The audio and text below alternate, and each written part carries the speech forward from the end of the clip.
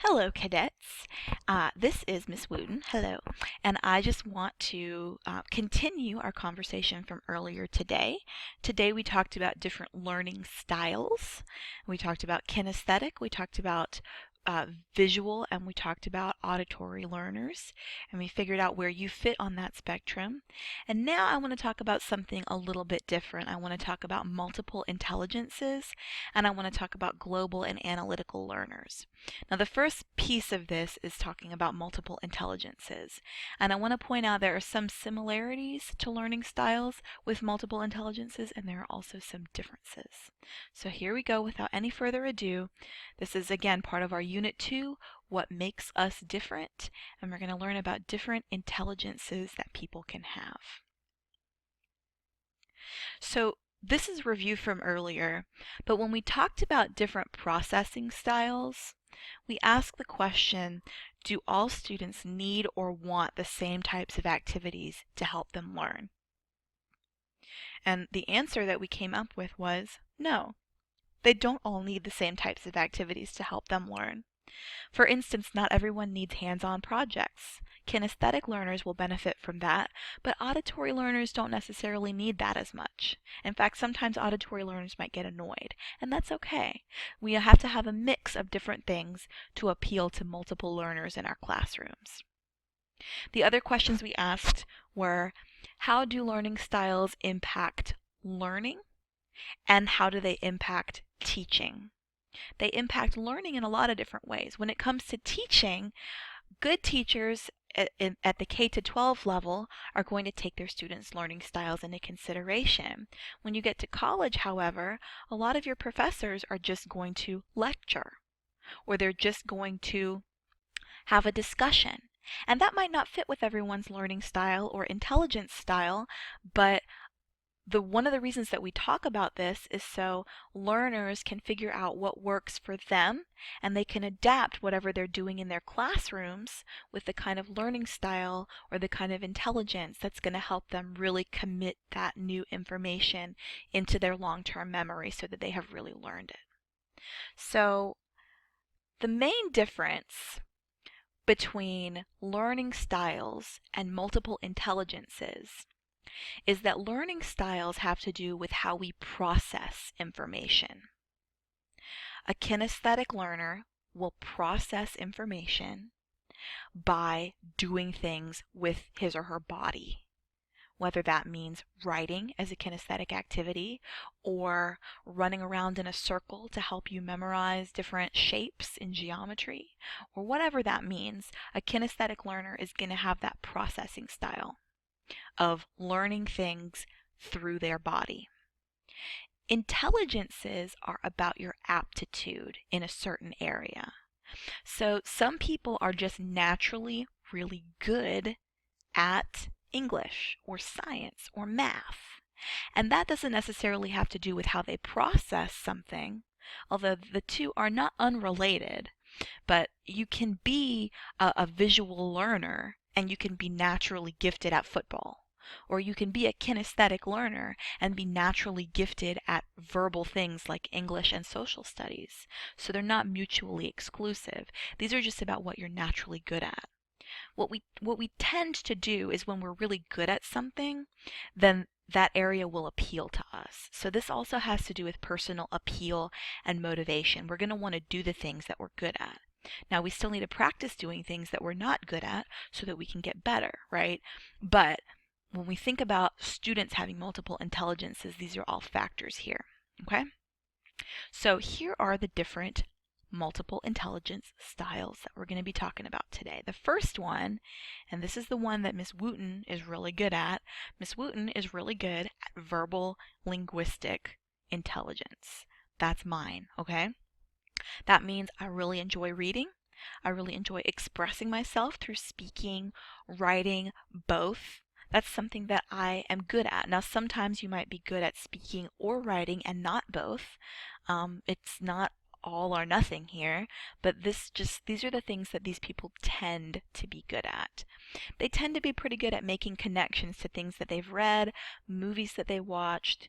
If you're having a conversation with me about boarding school, then I'm going to start thinking about Harry Potter and going to Hogwarts, and I might make a comment about that because I like to make allusions to things that I've read. Okay? Their favorite subjects tend to be things like English, history, social studies, art history, um, psychology, anything where there's going to be a lot of writing and analyzing things through words. They like to talk out their problems too. That's definitely something that I enjoy doing. When I have something that's bothering me, I want to be able to talk it out. So that's verbal linguistic. Now, on the other side of that is the next intelligence style, which is logical mathematical. I know a lot of people in Teacher Cadet happen to have this style. I know that just from having conversations with Kristen, and I think there are some others of you too that tend to be very logical, and that's kind of cool because that's, I'm logical, but I'm not super logical, and I think that's really neat. These people tend to go into subjects like math, computer science, physical sciences, earth sciences, biology, life sciences, also possibly business, which is what made me think about Kristen. I know Lakeisha wants to do law, and Lakeisha is really interested in logic and things like that because you have to be in order to do law. So maybe Lakeisha is a logical mathematical learner too. These people, it's not that they necessarily can only do those subjects, though. If you put them in an English class, they're going to be the people that when it comes time to writing a research paper, they're going to be able to find really good specific examples to show that point of view, that evidence that they need to write their paper. They're also going to be the people that when you have an argument with them, they're going to be pointing out the logical inconsistencies in your argument. So it's really tricky to get into an argument with these people. You got to always be on your toes. So it makes you a better arguer just to talk to them. They're going to be really good at categorizing things, putting things into boxes depending on how they fit. That's their skill. Okay? Next up, we have our visual spatial learners. These people, they tend to like going into the arts, although not necessarily everyone is going to like going into the arts. But if you can think about the kinds of career paths that might appeal to somebody with visual or spatial intelligence, they might want to be a painter. They might want to be an interior decorator. They might want to be a contractor and build houses because they have a really good spatial intelligence. They understand where things need to go and how things need to fit. And so that type of intelligence, again, doesn't necessarily mean they can only be an artist. It just means that they're really good at figuring out the spatial relationships between things. They might be really good at maps, those people that can just navigate their way from St. Stephen all the way to California without using a GPS. That's not me. That's not Miss Wooten. But that might be some of you, and if that's you, then you might have a really high spatial intelligence. They also do really well when it comes to illustrating things. So it helps them to be able to illustrate reading material, diagramming something that they're learning in AP biology might help them. If it's really hard just to read about it in the textbook, they might want to actually map it out and diagram it themselves. Okay? The next type is pretty straightforward. These are those people that have musical or rhythmic intelligence. These people might be really good at playing an instrument. Maybe they can read music, which is really impressive because that's learning a new language, you guys. If you didn't know that, if you can't read music, reading music is another language. So that's cool. They might also be on the creative side of things. They might be writing music, or they might be dancing and choreographing maybe dance numbers to music. I know a couple of you guys have been on step team, and you have maybe an element of rhythmic or musical intelligence for coming up with really cool steps. They tend to get songs stuck in their head, have music on in the background, just like auditory learners. Those kinds of things might help them as well. Next up, we've got our bodily kinesthetic intelligence.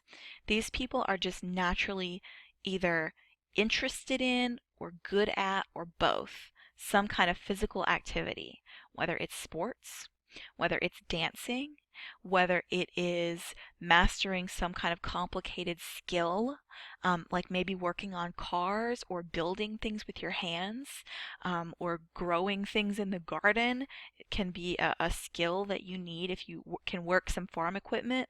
Those are kind of bodily skills that some people are just naturally good at figuring out how to do things with their bodies. And they like to, when they have a problem, they like to figure things out while doing something physical too. So these might be your people that if you get in an argument with them, then maybe they need to blow off some steam and go on a run to try to work through the stress of having a problem. And then they maybe will come back refreshed with a better perspective. So that's something that they might be really good at. Again, they like those hands-on activities. Next, we're going to talk about interpersonal learners, not to be confused with intrapersonal learners. Now, interpersonal, inter means between. So interpersonal intelligence is all about how well you interact with other people. So these are going to be the people that maybe they're extroverted, maybe they get energy from the people around them, and they're really good at those kinds of group activities, or group social settings where they can really work with people and talk to them, and talking over their problems with other people maybe will help them to solve them. So that's how they deal with difficult situations, whether it's an academic problem, they don't understand this math assignment, or whether it's a personal problem. Now, interpersonal, again, is the opposite of intrapersonal intelligence, which has to deal with inside of oneself. Intrapersonal means that you are really intelligent at figuring out your own mind. And you might be an introvert, which is the opposite of an extrovert. It means you get energy from being alone. And that doesn't mean you don't like other people. Just like extroverts, interpersonal intelligent people, it doesn't mean that they don't like being alone. It just means they get energy from being with others. Well, introverts, intrapersonal intelligence people, they maybe get energy from being alone so that then they're more successful when they go out with other people. They really are good at self-improvement. They are able to look at and evaluate their own strengths and their weaknesses, and they're really good at building themselves up. And the way that they do this is they need to have that alone time. Maybe they have to lock themselves in their room for a couple of hours. Maybe they need, at the end of a long week, instead of going out and partying, they need to recharge on the couch with some Netflix. This is Miss Wooten too. This is something that I'm really good at. I'm much better at this than I am at interpersonal. So, all right, that's intrapersonal. Don't get them confused. The last couple here, naturalist intelligence and spiritual intelligence. Naturalist intelligence has to do with your skills with the natural world. Makes sense, right?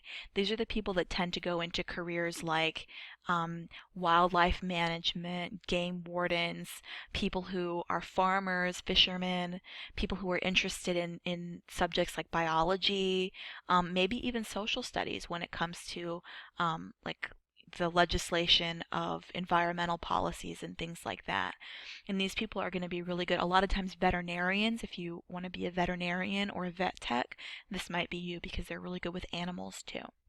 Not necessarily all of these, but those tend to be the types of skills that natural intelligences will have. And then finally, we have our spiritualist slash existentialist intelligence. These are going to be the people that are really interested in religion or meditation or spirituality or philosophy. They're going to be really good at asking and thinking about those questions of life and death. Maybe thinking about what's the meaning of life, or what happens in the afterlife. Now, not everyone who is a religious person and goes to church is going to like doing all of these things. Some people just like going to church and they just go and they believe in what they believe. But some people really deeply think about these issues on a daily basis, and it becomes part of their intelligence and their character. And that's going to be this type of a learner. Existentialism has to do with questions about why we're here and what is our purpose. And so that's what that existentialist learner aspect might have to do with it. So that's it for multiple intelligences. Stay tuned.